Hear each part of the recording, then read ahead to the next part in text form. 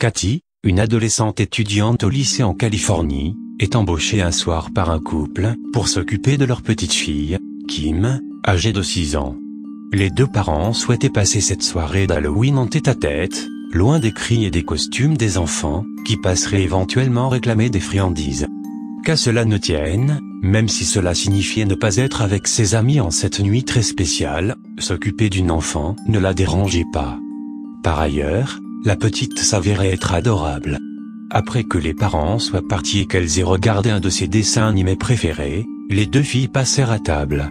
Vint le moment du dessert. Cathy débarrassa les assiettes, puis se tourna vers la petite fille. « Alors, qu'est-ce que tu voudrais comme dessert, maintenant ?» Kim ne mit pas longtemps à se décider. « De la glace. À la vanille, s'il te plaît Cathy. » La babysitter lui esquissa un sourire et lui demanda « Très bien. Tu sais où tes parents la rangent ?»« Au sous-sol. » Cathy se dirigea vers la porte que la fillette lui avait indiquée. La pièce était plongée dans un noir absolu. Comme si la nuit dehors ne l'était pas assez.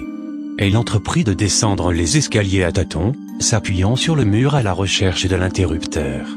Ce n'est qu'une fois arrivée en bas qu'elle sentit le contact du bouton sous ses doigts. Un flash l'aveugla un bref instant avant que la clarté ne s'atténue. L'ancienneté de l'ampoule se faisait sentir, mais elle éclairait suffisamment pour se diriger dans la pièce. Cela dit, c'était un vrai débarras. Cathy tomba sur le congélateur, plongea sa main au milieu des différents produits et en sortit le pot de crème glacée. Au moment de quitter les lieux, elle remarqua quelque chose sur sa droite. Une fenêtre donnait une vue sur le jardin, faiblement éclairée par la lueur d'un réverbère. Une silhouette se tenait au centre, immobile. Elle fixait la direction du réverbère, faisant dos à la fenêtre, mais Cathy devina la silhouette d'une fille aux longs cheveux blonds, portant quelque chose sur son visage. Bien que surprise, elle ne prêta pas plus de temps à ce détail. Les enfants déguisés remplissaient les rues ce soir, après tout. L'adolescente remonta les marches, prit un bol et servit de généreuses boules de glace à la jeune fille, ravie. « Mais tu as oublié la crème fouettée. » Amusée par la réaction de l'enfant, Cathy fit mine de prendre un air abasourdi. « Oui, suis-je bête. » « Et où est-elle ?» Ce à quoi elle répondit timidement, « Au sous-sol. » Elle se rendit à nouveau dans la pièce, alluma l'ampoule, se dirigea vers le frigidaire et se saisit de la bombe de crème. Alors qu'elle se tenait au pied des escaliers, la forme de la fenêtre appela son attention. La silhouette qu'elle avait aperçue était toujours là. Mais cette fois, elle fixait la fenêtre. Et elle s'était rapprochée, suffisamment pour que l'ampoule du sous-sol l'éclaire faiblement. C'était bien une fille, le visage caché derrière un masque des plus déconcertants.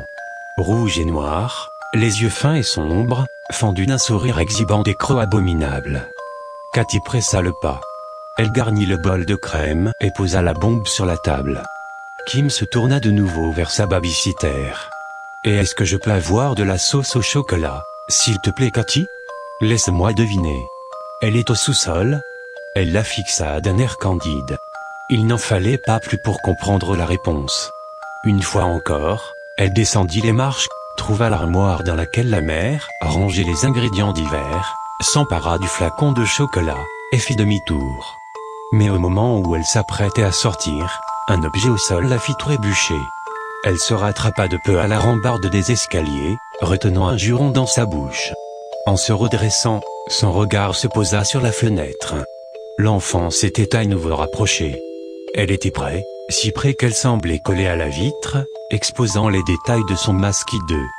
Mais ce qui retint l'attention de la jeune femme, c'était le couteau de boucher que l'enfant serrait dans sa main. Un frisson parcourut l'échine de Cathy. Elle se sentait vraiment mal à l'aise. Arrivée en haut des escaliers, elle souffla pour se calmer puis tendit le flacon à la fillette. « J'espère que mademoiselle est contente. »« Oui, merci Cathy. »« Mais... » Kim releva les yeux, emplis d'une lueur innocente. « Il manque encore les vermicelles. Maman me met toujours des vermicelles. » Face au regard déconcerté que lui lançait l'adolescente, elle répliqua un sourire angélique, qui vint illuminer son petit visage, jusqu'à ce que l'expression de sa babysitter s'atténue. « Bon d'accord, mais c'est la dernière fois ma grande. » Tremblante, Cathy descendit rapidement les escaliers et alluma l'ampoule. Elle ne put s'empêcher de jeter un coup d'œil à la fenêtre. L'enfant avait disparu. Elle parvint à reprendre peu à peu son calme et chercha les vermicelles dans l'armoire, puis gravit les marches qui menaient à la cuisine. Une simple farce.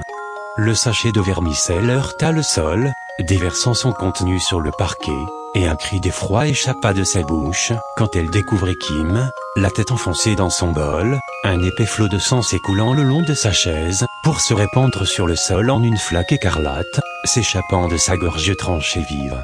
Les parents de la fillette ne tardèrent pas à rentrer, suivis de peu par la police.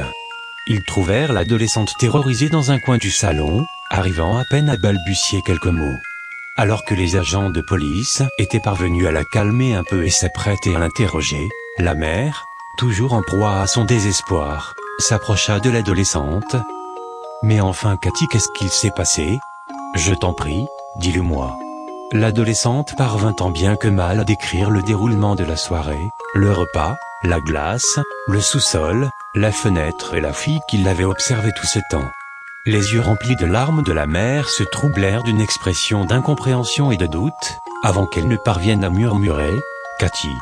Il n'y a jamais eu de fenêtre sous-sol. Seulement un miroir sur le mur.